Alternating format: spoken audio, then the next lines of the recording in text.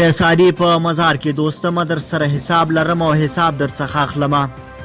په پاریاب کې د جنرال دوستم پخواني پوځي استازي تېره ورځ په مزار شریف کې جنرال دوستم ته ګواښونه کړي او اخطارونه یې ورکړي دي. نوموړي جنرال دوستم ته ویلي دي چې د دسیسو په وجه دی په زندان کې واچول شو او د دغې چارې حساب ورڅخه واخلي. قیصاري ویلي چې جنرال دوستم د په ورکېدو $1,000,000 خرڅ کړل خو ونه توانېدو. دی وایي چې د جنرال دوستم سره حساب کتاب لري چې ورڅخه به حساب واخلي.